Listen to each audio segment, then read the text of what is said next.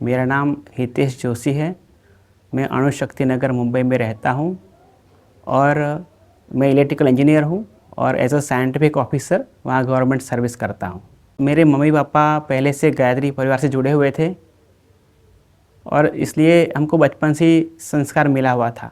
मेरे घर में मेरे पापा और मम्मी हर रोज़ नित्य गायत्री जप करते थे और हर नवरात्रि में अनुष्ठान होता था।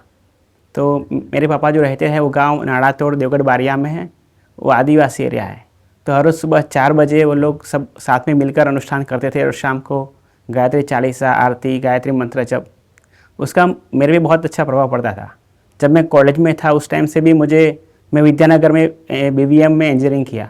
तो जब हमारे यहाँ गुजरात में नवरात्रि आती है तो सबको गरबा मचाने का मन होता है, लेकिन ये प्रभाव ऐसा था कि मुझे हमेशा नवरात्रि में होता था मैं घर जाऊं और गायत्री अनुष्ठान में सम्मिलित हो जाऊं। तो वहाँ से मेरी जर्नी शुरू होती है, मुझे अट्रैक्शन होता है। लेकिन मुझे पता नहीं था कि गुरुदेव क्या है, लोग इतना क्यों मानते हैं। खुद में एक संशय भी था, श्रद्धा थी बट पता नहीं था कि गुरुदेव इतने वो क्यों मानते हैं।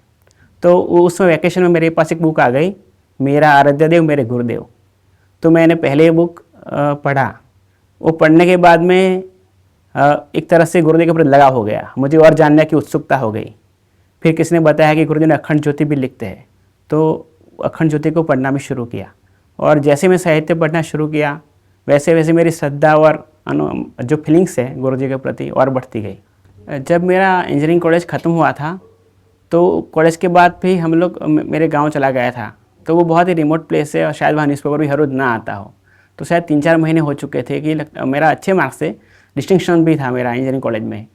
बट फिर भी उस टाइम पे जॉब कहाँ करें और कहीं जाना तो बड़ौदा या अहमदाबाद जाना पड़ेगा। तो स्थिति हमारी नहीं थी कि मैं जाके वहाँ रह सकूँ। तो फिर दुविधा थी। फिर मेरे पापा ने बोला कि तू एक काम कर, सब छोड़ के तू शांति कुंज जा।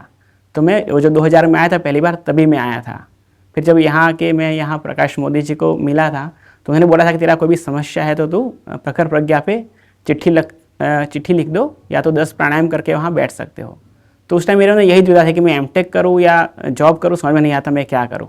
तो मैंने वो चिट्ठी लिख के और मन से भाग के पूछा था, गुरुदेव मुझे सही गाइडेंस दीजिए कि मैं क्या करूँ। तो आप मानोगे नहीं, उसके बाद मैं जब घर गया तो उससे अगले दिन पे ही ज्योति लिमिटेड से आ गया था लेटर कि तुमको कल ही ज्वाइन होना है। तो मैं जिस कपड़े से यहाँ गया था उसी के नेक्स्ट डे ही, मतलब लगभग मैं 3 महीने से घर पे था, जबकि मैं जिस दिन यहाँ से गया उसके दूसरे दिन मैं ज्योति में ज्वाइन कर गया था जॉब। तो ये भी अद्भुत घटना थी। गुरुदेव ने मुझे मतलब संदेश दिया कि तुमको अभी जॉब करना है, और इस तरह से मेरा ज्योति में जॉब शुरू होता है। और शायद ये अनुभव के आधार पर ही मेरा जो BRC का एंट्री बहुत अच्छा हुआ था और इसी से मैं BRC ज्वाइन कर पाया था।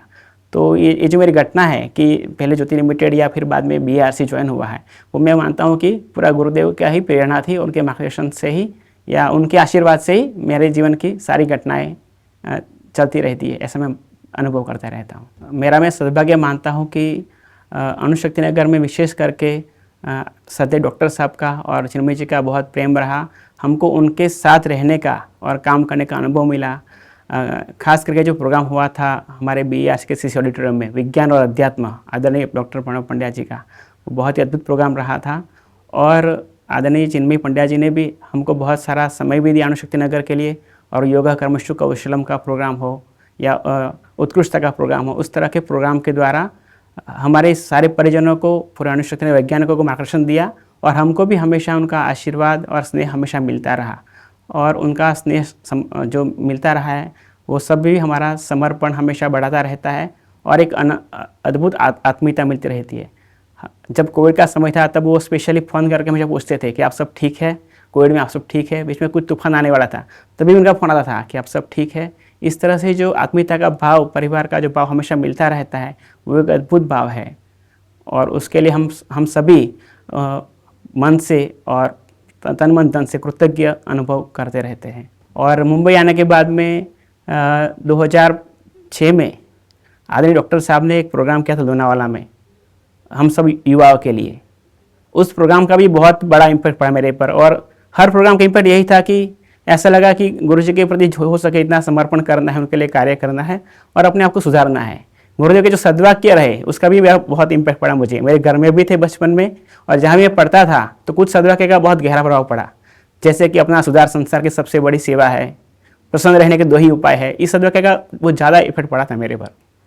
फिर यहाँ हमारा जो मुंबई यूथ ग्रुप बना, तो जतिन भैया के मार्गदर्शन में और आदरणीय डॉक्टर साहब, सत्यजीत डॉक्टर साहब के आशीर्वाद से हमने कार्य शुरू किया। और अणुशक्ति नगर में 2006 के बाद महिला सम्मेलन, बाद में बच्चों के लिए बाल संस्कारशाला हो, हर साल ब्लड डोनेशन कैंप हो, बहुत सारे गुरुजी के साहित्य भी सेमिनार हो, इस तरह के अनेक प्रोग्राम हम लोग रेगुलर करते जा रहे हैं। मेडिटेशन हो, योगा के वर्कशॉप हो, जो निरंतर चलते रहते हैं।